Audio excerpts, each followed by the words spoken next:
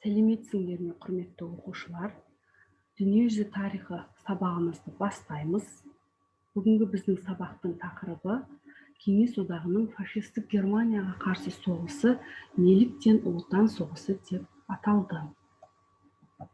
Бүгінгі сабақта біз Кеңес одағының фашистік Германияға қарсы соғысы неліктен ұлы отан соғысы деп аталу себебін анықтаймыз.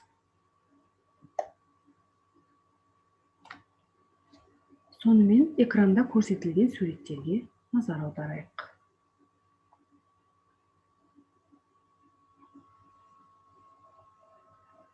Не байқадыңдар? Қанеки, өз пікірімізді айтайықшы. Дұрыс айтасыңдар. Бәрі де соғыс үшін, бәрі де жеңіс үшін, және отан ана шақырады жазуы бар суреттер көрсетілген. Отан ана немесе жер ана шақырады Ираклий Тойценің 1941 жылдың маусымының соңында салған суреті. Бұл сурет ұлы отан соғысы уақытындағы әйгілі плакат болып есептеледі. Бұл суретте отанды ана бейнесінде берген. Яғни отан ана өз ұлдарын өзін қорғау үшін шақырып тұр. Ал енді бүгінгі сабағымызды бастайық. Бірінші Барбаросса жоспарына тоқталып өтейік. Барбаросса жоспары 1940 жылы 18 желтоқсанда фашистік Германия басшылығының КСРО-ға қарсы жасаған соғыс жоспары болатын. Мақсаты КСРО-ға қарсы соғыс ашу, қауырт соғыс идеясы бойынша соғысты 1941 жылдың күзінде аяқтау. Барбаросса жоспары 4 әскери топтың келісілген іс-қимылына негізделді. Финляндия тобы Мурманск, Беломорск, Ладоганы, солтүстік тобы Ленинградты, орталық тобы Мәскеуді, оңтүстік тобы Украинаға шабуылдау міндеттелді. Отан соғысының басталуы. 1941 жылы 22 маусым күні таңертең фашистік әскерлер КСРО аумағына баса көктеп кірді. Немістің мыңдаған зеңбіректері кенеттен кеңестік шекара бекеттеріне, штаб пәтерлер мен әскери қоныстарына оқ жаудырды. Неміс авиациясы аэродромдарға, әскери және өнеркәсіптік нысандарға, Балтық елдерінің, Белоруссияның, Украинаның қалаларына бомбалар тастады. Осылайша кеңес халқының фашистік Германияға қарсы ұлы отан соғысы басталды. Бүгін сабағымызда біз басты 4 ірі шайқасқа тоқталып өтетін боламыз. Олар Ленинград шайқасы, Сталинград шайқасы, Мәскеу шайқасы және Берлин операциясы. Мәскеу шайқасы 1941 және 1942 жылдар аралығын қамтиды. Мәскеуге шабуыл қыркүйектің соңында вермахт күштері Смоленск маңындағы Қызыл армия бөлімшелерінің қарсылығын бұза алғаннан кейін жасалды. Бұл шабуылға кеңес Герман шекарасында орналасқан фашистік күштердің жартысынан көбі қатысты.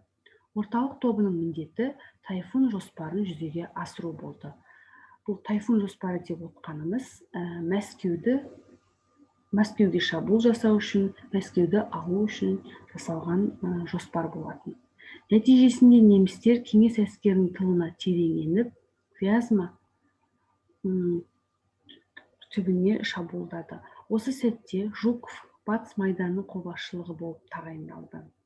Саяси нұсқаушы Клочковтың Ресей ұлы, ал шегінуге еш жер жоқ. Артымызда Мәскеу деп айтқан сөзі қорғаныстың нағыз ұранына айналды. Мәскеудегі шайқас 1941 жылы желтоқсанның 5-нен 6-на қараған түні басталды. Мәскеу түбіндегі шайқастың басталуы және кеңес әскерлерінің белсенді шабуылы фашистер үшін күтпеген жағдай болды. Нәтижесінде жау 120-150 шақырымға артқа ығыстырылды. Тверь мен Калуга желтоқсан айында азат етілді. Бірақ Мәскеу түбіндегі шайқастың маңызды рөлі вермахт әскерлерінің жеңілмейтіндігі туралы аңызды жоққа шығаруында жатыр. Фашистік әскерлер бірінші рет ауыр шығынға ұшырады. Мәскеу шайқасының нәтижелері кеңес жауынгерлеріне және бүкіл КСР халқына шабыт берді. Бұл шайқастың Ұлы Отан соғысының барысы үшін ғана емес, Екінші дүниежүзілік соғыс үшін де маңызы зор болғанын атап өту керек. Сталинград шайқасы 1942 жылы 17 шілде, 1943 жылы 2 ақпан аралығын қамтиды. 1942 жылы 23 тамызда неміс танкілері Сталинградқа жақындады. Сол күннен бастап фашистік авиация қаланы жүйелі түрде бомбалай бастады. Жерде де шайқастар сөнген жоқ. Қалада өмір сүру мүмкін емес еді. Жеңіске жету үшін күресу керек еді. 75 мың адам майданға өз еркімен барды. Қыркүйек айының ортасына таман неміс әскері қала орталығына өтіп, көшеде шайқасты. Фашистер шабуылды одан сайын күшейте түсті. Сталинградты шабуылдауға 500-ге жуық танк қатысты, ал неміс авиациясы қалаға 1 миллионға жуық бомба тастады. Еуропаның көптеген елдерін немістер жаулап алды. Кейде оларға бүкіл елді жаулап алу үшін 2 апта ғана қажет болатын. Сталинградта жағдай басқаша болды. Бір үйді, бір көшені басып алу нацистерге бірнеше апта қажет болды. Күздің басы, қарашаның ортасы шайқастарда өтті. Қараша айына дейін қарсылыққа қарамастан бүкіл қала дерлік немістер басып алды. Немістер Кеңес одағы қолбасшылығында 12 қыркүйекте ұрыс жүріп жатқан кезде әзірлене бастаған неміс әскерлерін талқандаудың жоспары бар екенін білмеді. Уран шабуыл операциясының дамуын маршал Жуков 2 ай ішінде дайындады. Фашистер өздерінің қанаттарының әлсіздігін түсінді, бірақ Кеңес қолбасшылығы қажетті мөлшерде әскери жинай алады деп ойлаған жоқ. 1943 жылы 2 ақпанда жаудың соңғы топтасуы жойылды. Бұл шайқас аяқталған күн болып саналады. Ленинград шайқасы. Неміс әскерлері күшті шабуылға көшті. Ал 1941 жылдың 30 тамызында қала өз жағдайында болды. 8 қыркүйекте немістер Мәскеу-Ленинград темір жолын жауып, Шлиссельбургті алып, Ленинградты құрлықтан қоршап алды. Ленинград шайқасы 1941 жылдың 8 қыркүйегінде басталып, 1944 жылдың 27 қаңтарына дейін созылды. Ленинградты соңғы адамға дейін қорғауға бұйрық берілді. Шабуылда үлкен шығындардан қорыққан Гитлер ұзақ мерзімді қоршауды бастауға бұйрық беріп, бұл қала аштан өлуі керек. Тінтуір өтіп кетпейтіндей етіп, барлық жеткізілім жолдарын кесіңіз. Бомбалау аяусыз. Содан кейін қала піспеген жемістер сияқты құлдырайды. Үнемі бомбалау мен снарядтар басталды. Ауыр қоршау артиллериясы тәрбиеленді. Фашистер қаланы әдістемелік түрде қирата бастады. Блокада кезінде немістер Ленинградқа 100 мың бомба мен 150 мың снаряд тастады. Бейбіт тұрғындар ерекше қайғылы жағдайға тап болды. Толық қоршау кезінде халықтың аз бөлігі ғана 500 мың адамға жетпейтін бөлігі тылға көшірілді. Қалада 2,5 миллион азамат қалды, оның 400 мыңы балалар. Қоршаудағы алғашқысы ең қиыны болды. Немістер азық-түлік қоймаларын бомбалай алды. Нәтижесінде Ленинград қорсыз қалды. Ауыр жағдайға қарамастан қала тұрғындары оны қорғауға қатысты. Адамдар зауыттарда жұмыс істеді, оқ-дәрі шығарды, әскери техниканы жөндеді. Аштық бұрын соңды болмаған масштабтарға ие болды. Адам жегіштік жағдайлар басталды. Көшеде әлсіреген, құлап өлген көптеген тұрғындар 1942 жылдың көктемінде қалада қар ерігеннен кейін 13 мың мәйіт табылды. Жағдай әсіресе ата-анасы жоқ балаларға қиын болды. Амалы таусылған олар суық пәтерлерде әрең қозғалады. Шыдаған қиындықтардан қорқыныш олардың жүздерінде қатып қалды. Олардың көпшілігі 10-15 күн бойы ыстық тамақты, тіпті қайнаған суды көрмеген. Блокада кезінде 642 мың адам аштықтан қайтыс болды.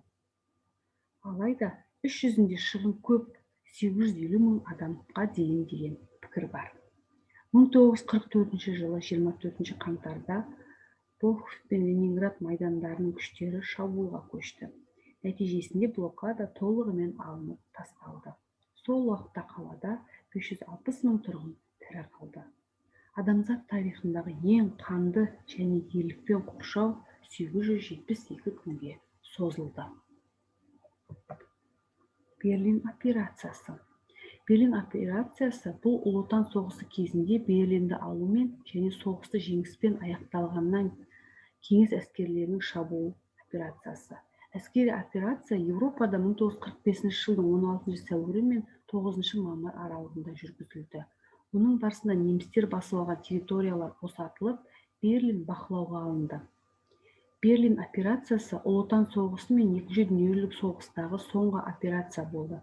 Операцияның мақсаты Берлинді алу болды. 1945 жылы сәуірде кеңес әскері көптен күткен Берлинге шабуылға дайындықты бастады. Қалаға шабуыл 16 сәуірде таңғы 3-те басталды.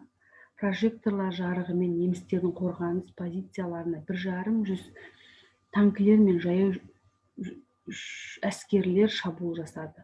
4 күн бойы сұрапыл шайқас болды. Содан кейін 3 кеңестік майданның күштері мен поляк армиясының әскерлері қаланы Сақинаға алып үлгерді. Сол күні кеңес әскерлері Эльбадағы одақтастарымен кездесті. 4 күндік ұрыстың нәтижесінде бірнеше жүз мың адам тұтқынға алынды, ондаған бронды техника жойылды. Алайда шабуылға қарамастан Гитлер Берлинді тапсырғысы келмеді. Ол қаланы қандай да болса да ұстау керек деп талап етті. Кеңес әскерлері қалаға жақындағаннан кейін де Гитлер берілуден бас тартты. Ол қолда бар барлық адами ресурстарды, соның ішінде балалар мен қарттарды соғыс қимылдар алаңына тастады. 21 сәуірде кеңес армиясы Берлиннің шетіне жетіп, көшедегі ұрысқа кірісті. Неміс солдаттары Гитлердің берілмеу туралы бұйрығын орындап, соңына дейін шайқасты. 29 сәуірде кеңес жауынгерлері Рейхстаг ғимаратына шабуыл жасай бастады. 30 сәуірде ғимаратқа кеңес туы ілінді. Соғыс аяқталды. Германия жеңілді. 9 мамырға қараған түні Германияның сөзсіз бас тарту актісіне қол қойылды. Берлин операциясы Ұлы Отан соғысы мен Екінші дүниежүзілік соғыс аяқталды. Ал балалар, енді бүгінгі сабақтың тапсырмаларын орындайық. Бірінші тапсырма – тарихи диктант. Сөздерді, сөз тіркестерін, даталарды осы орындарға жазып шығамыз.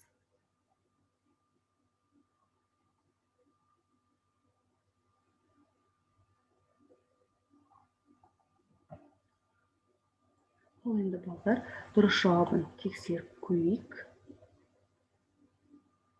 Және де өздеріңізде жазған тапсырманы орындаған тапсырмаларыңызбен дұрыс жауабын сәйкестендіріңіздер.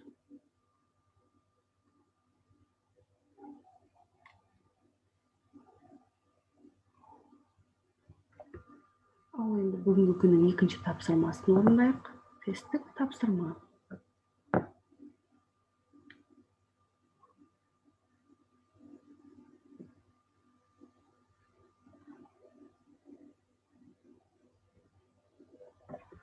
Тапсырманы дұрыс жауабымен тексеріп сәйкестендіреміз.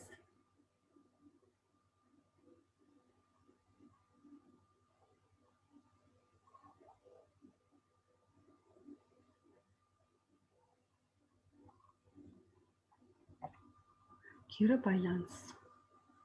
Бүгінгі сабақта не жақсы өтті, не жақсы өтпеді, нені өзгерткіңіз келеді, саған не ерекше қиын болды, саған ең пайдалысы не болды. Өз ойыңызды жазып маған жібере қойыңыздар. Назарларыңызға рахмет.